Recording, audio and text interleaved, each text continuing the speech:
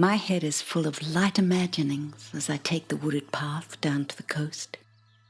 My skill has always been to see and hear the turning. My eyes will hold one thread. Silence falls around me on the path. In this space, we do not measure time. It twists and loops and leads me through.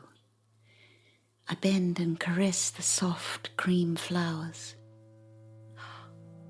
They turn to stars, heroines of the Milky Way shining in the night sky. I am a single beam in their array. I'm lost in their bright complexity. I roll and open my body, arms outstretched on velvet-scented nesting, silk and webbing lightly sprung. Brave harmonies rise and fall in waves. I reach out to a star's guardian, smooth, undulating tree trunk, tall sentinel, a man, sinuous and towering in a sea of stars. I caress the long, firm torso, following its bends and mounds, a body smooth and hard, a sonorous voice, deep intoning. My hands move lightly down his chest, across his flat belly. I shift closer to take in his scent, to curl against his warmth. Then a new voice shapes our melody, sharp and strong, the countering call of a raven.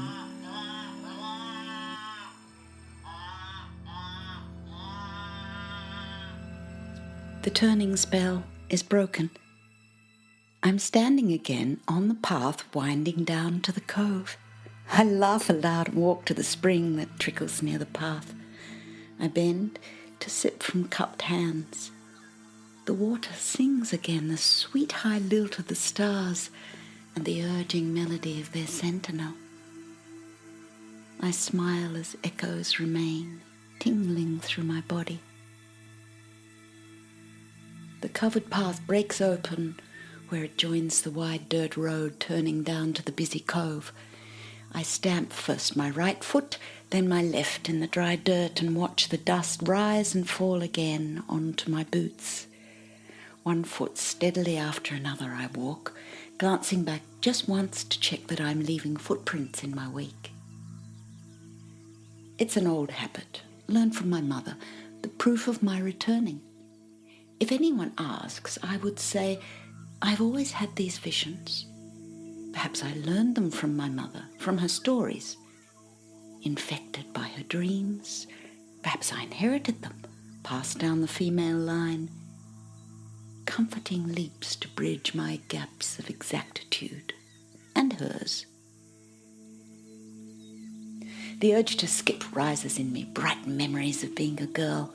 I will not fall. I smile quietly and allow myself one hop and step on each side, then resume the gait of a grown woman. What good to the man of stars the giddy wanderings of a girl? I summon my studious demeanour. There'll be other times for those imaginings. The main road to the cove brings with it the bustle and industry of the colony, less than 2 years old. I hear the rhythm syncopated, axes, hammers, saws, picks and hoes and shovels. Many faces are familiar. I give and return greetings. Soldiers, red jackets removed and folded over trees. Convicts bent in toil, their garments rough and fraying. For some the morning sun shows reddening shoulders and the ragged tracks of lashing crisscrossing their bony backs. Huts and simple shelters are spreading outwards in the settlement. Separate clusters, soldiers, convicts, these dark strangers, here long before our incursion.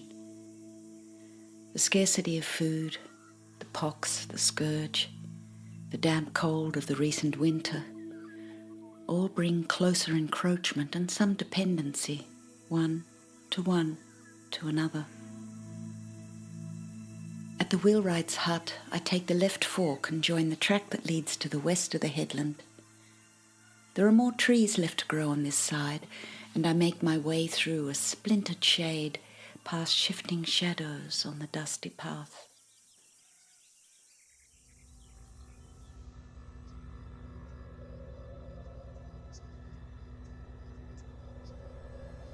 I am lying, back warmed by fire coals, in the dark.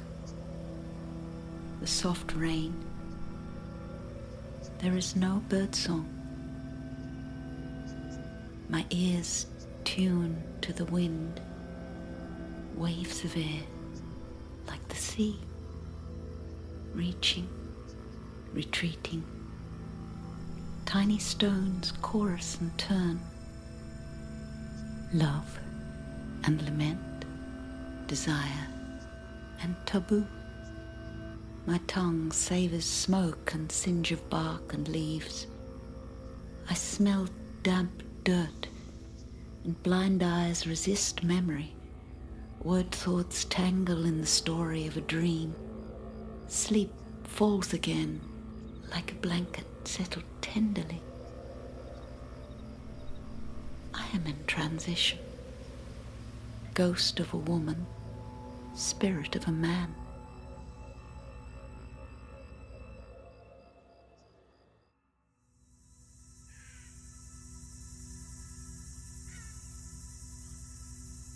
My basket is half full of mystery.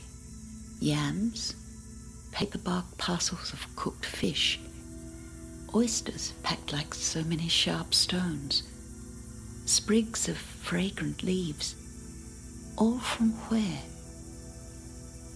I did not make it to the headland, thwarted by the high sandstone and twisting narrow paths that turned back on themselves from the west. Again and again I try to ascend, scrabbling, sliding down, until defeated, I wind back to the shore to soak my bloodied hands and scraped knees in the salt water. There is a bind from the west. I cannot seem to breach it. There is no path today that will turn to my endeavour. Something hitches at my breast. Is that fear? I weep. Useless tears mingle in the salted sea. Am I lost? Lost again? My desire moves out and in with these washing waves, reaching and retreating. Oh, it is disappointment. Pebbles turn and sing their soft melody. I would swim away but for that basket half full of gifts on the sand. I would take that bark canoe and paddle to a distant shore. I climb to the beach. I scoop out a hole. I bear down and empty into a gathering pool. I cover my grief with sand.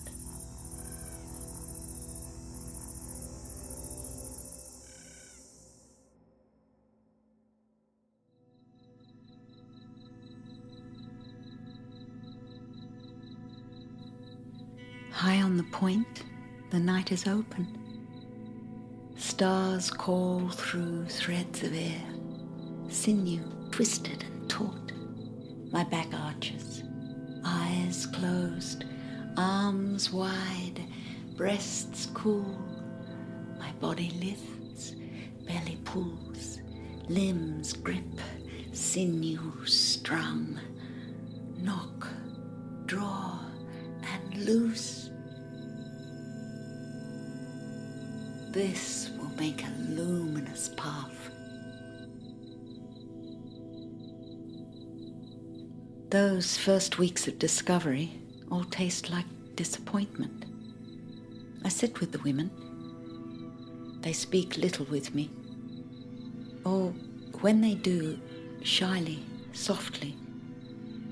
My ability to hear and watch sounds turn to reveal their mystery abandons me. With some frustration and sadness, I struggle to share their tongue. Somewhere, a stony silence.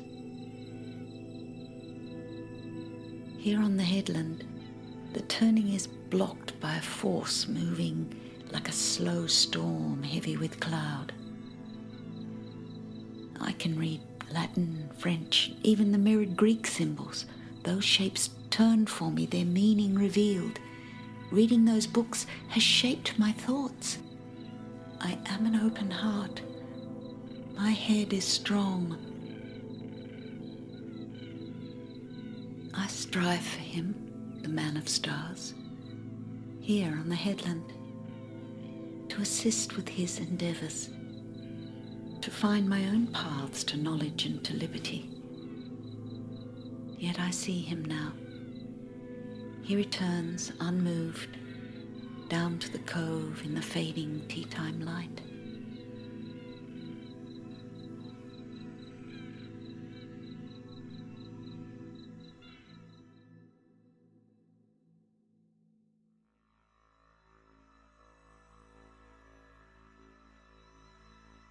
Memories turn and return, fire flames bright and high, singing, dancing, circling, writhing coloured serpents winding in and under sand. Then all is lost in smoke.